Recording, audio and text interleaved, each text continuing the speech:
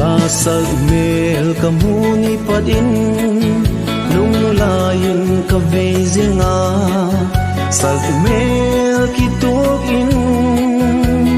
naw bang inui khomin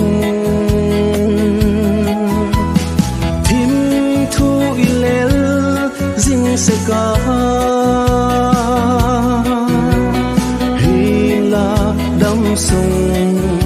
ading alahi tapoi la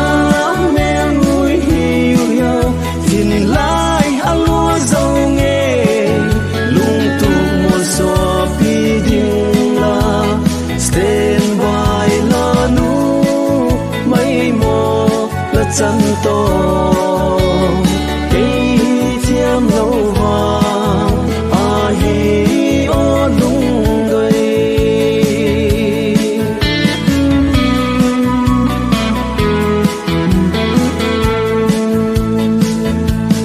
malai thim thulel pi golin kanel pi sekin hila dang sung dai zo lovin stand by la nu la chan mai ding ka gele gen thei ke lung gel thiam lo wang a hi la mel ngui hiu yo tin lai alua zo nge lung tu mo so pi ding la stand by la nu mai mo la chan to ke thiam lo wa a hi o lung doi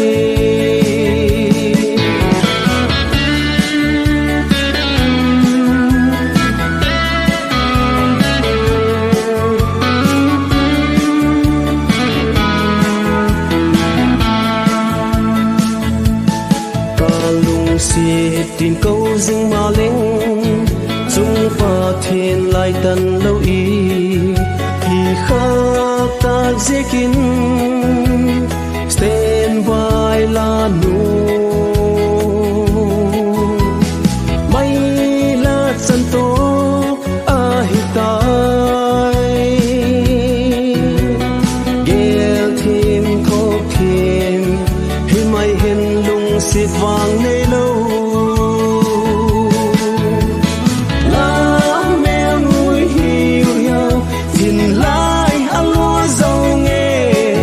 lung tu mo so pi ding la stand by la nu mai mo la chan to